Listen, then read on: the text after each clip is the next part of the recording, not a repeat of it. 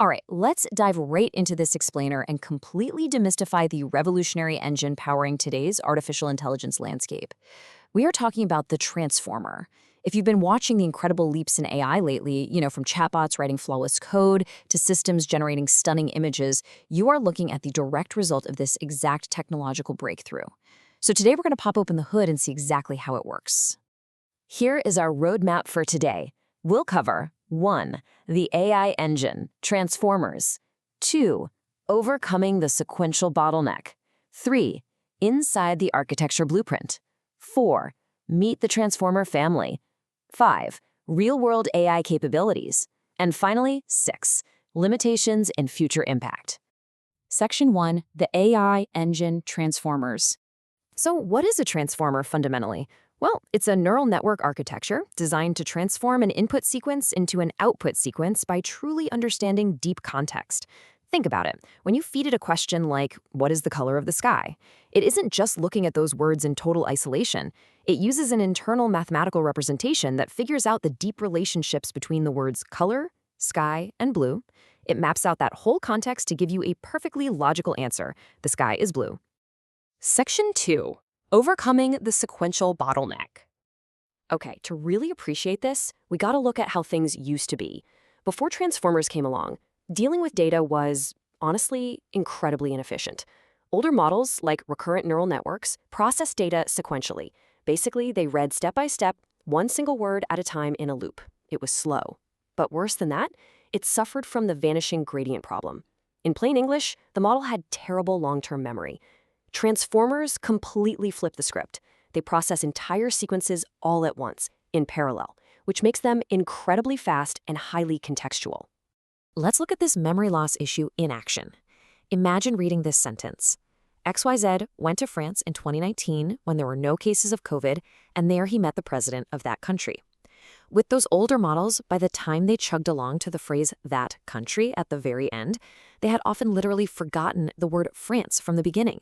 They just couldn't link distant words. But because transformers process that entire block of text simultaneously, they completely bypass that information bottleneck. No critical context gets lost, no matter how long the sequence is. Section 3. Inside the architecture blueprint. So how exactly does this engine cure that amnesia? The secret sauce is the self-attention mechanism.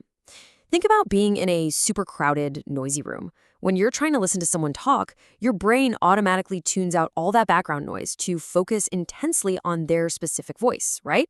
Well, this mechanism lets the model do something very similar. It pays way more attention to the most relevant bits of data across the entire sequence, weighing the importance of different tokens to make highly accurate predictions.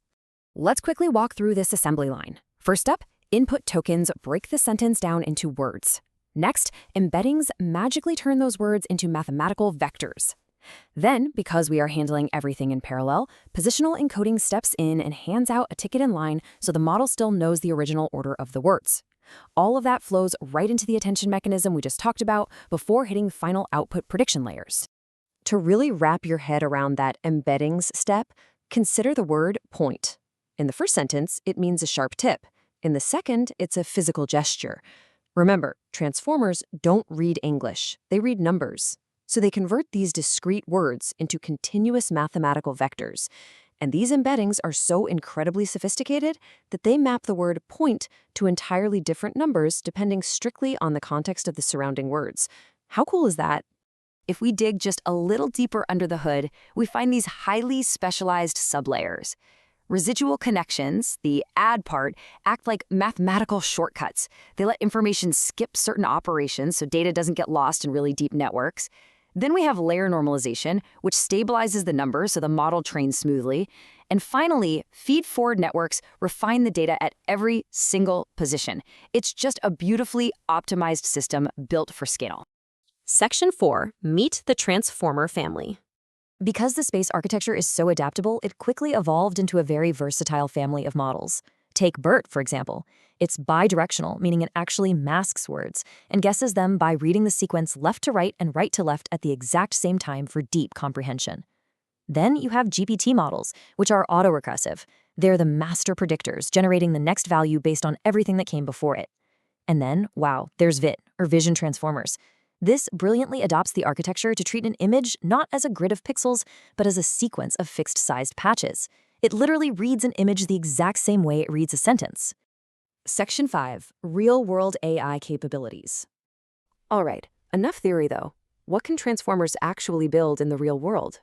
Basically, almost anything involving sequential data. And what's amazing is how accessible it's all become. Using tools like Hugging Face pipelines, developers can tap right into these massive, pre-trained engines with literally just a few lines of code. It instantly connects a model with all the complex pre-processing and post-processing steps it needs. Just looking at text alone, these pipelines perform massive tasks effortlessly. You've got zero-shot classification, which lets models categorize text into labels they haven't even been explicitly trained on. Or take named entity recognition. Feed it a raw sentence, and the model instantly extracts and groups entities, figuring out that Sylvan is a person, Hugging Face is an organization, and Brooklyn is a location, all entirely based on context. But it absolutely does not stop at text. Transformers are enabling true multimodal AI systems. The truly mind-blowing part? Treating DNA or a long chain of amino acids as a language sequence.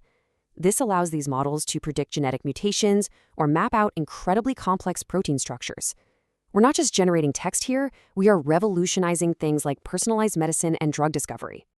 Section 6. Limitations and future impact. Now, as powerful as they are, we have to talk about the serious hurdles facing this technology. The catch to that amazing parallel processing, reading everything all at once, is that it requires a staggering amount of computational power.